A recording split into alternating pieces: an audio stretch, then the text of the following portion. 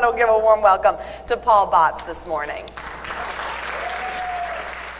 We're going to spend the next few minutes working on you. And as you're digging into the bag, let's start with this question. Do you believe that you can work less, have more fun, and get better results? Now, when I speak to entrepreneurs, we say it this way. Do you believe you can work less, have more fun, and make more money?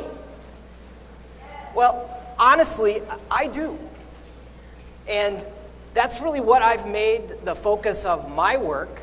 But it means that we need to focus a little bit on our personal leadership. So we're going to do that. And I want to talk to you about how this idea came to be. It started with a conversation several years ago with a client. Let me introduce you to this guy, a young leader named Mike. Mike was tapped on the shoulder to become CEO of a very large company several years before anybody thought he was ready, including himself. And I was hired to be his executive coach. So in the process of executive coaching, we typically interview important people that surround the leader both above and below, and sometimes we call that a 360. So in the context of interviewing, I met this salty veteran woman, his CFO, whose name is Emily. And I made the assumption that Emily has seen a lot of leaders come and go in her career. And so I simply said to her, why do you think Mike can get the job done right here, right now? And her answer really changed my life. And here's what she said. She said, it's easy. He radiates goodness. And I looked at her. Now, I've been doing this work for a long time. And I have never heard anyone say something like radiates goodness about an executive. What I usually hear is, he's super strategic, she's razor smart. I typically hear things like customers love him, or you know what, she can really hold people accountable, but I've never heard he radiates goodness. So I said to her, please tell me some more. And she said, well, you have to understand that the culture around here is really goofy. We've been trying to hit some really large corporate goals with a whole bunch of tired, jaded, and cynical executives. And what's happened is we've got this purple stink cloud hanging over the organization. I'd never heard that one either. And she said, seriously, within 6 weeks of this guy taking over, we're actually cutting through the suspicion and doubt. We are actually working together in ways we've never done before. And honestly, we feel like winners again.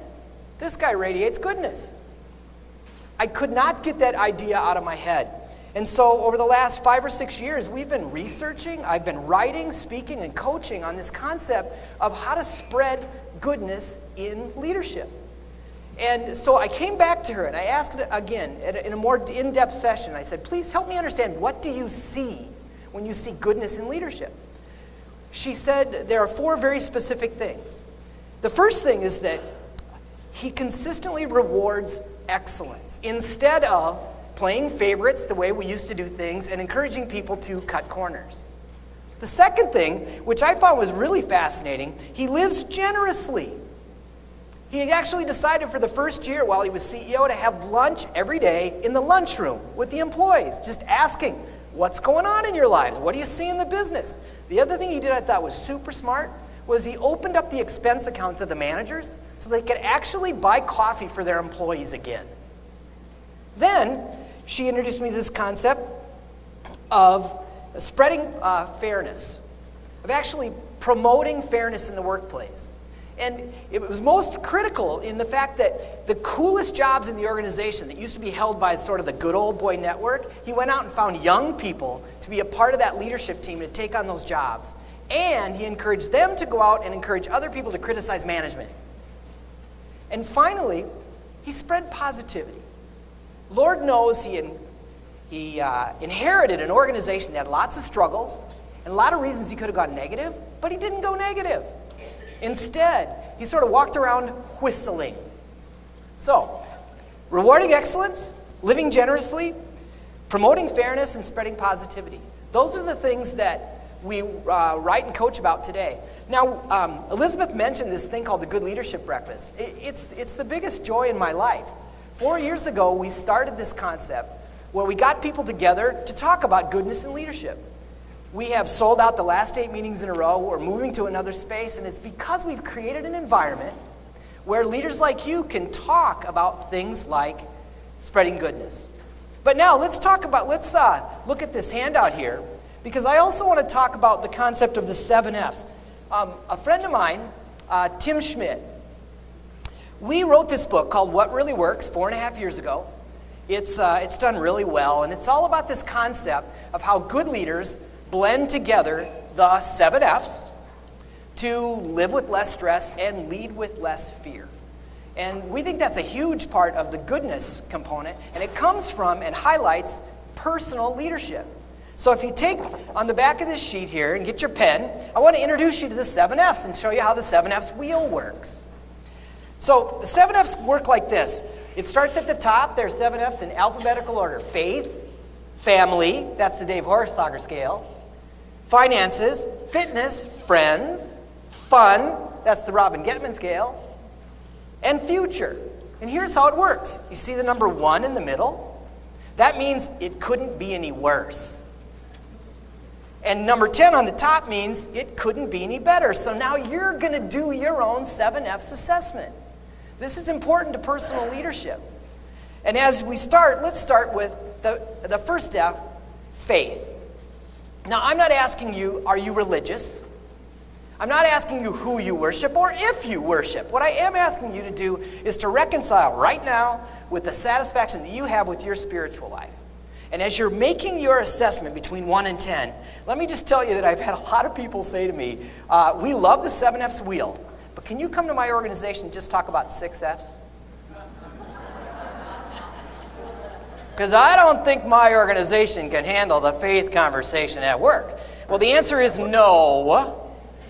And one of the reasons why is because we're voting with our pocketbooks. The only category in publishing that's actually growing today is spirituality. We're working longer and harder than we thought we would, and we're working on our spirituality to help that. So give yourself a score, 1 through 10, on faith. And if you are resisting, you want to take a clean one home, we have extras. So family is the Horsager scale. Give yourself a score from 1 to 10 on how satisfied you are with your family life. Finances is next. I'm not asking you how much money you make. I'm simply asking you, how well does the money that you make fund your priorities?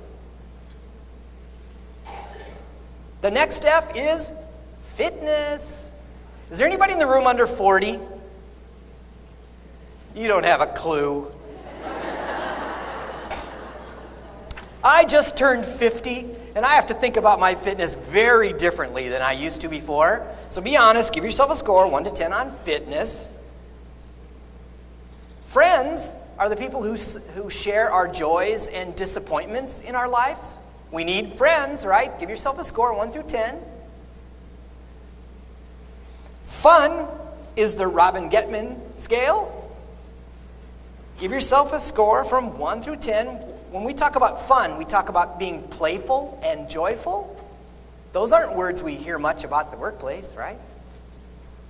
And finally, future. Future is about the hope that we feel for ourselves and for other people.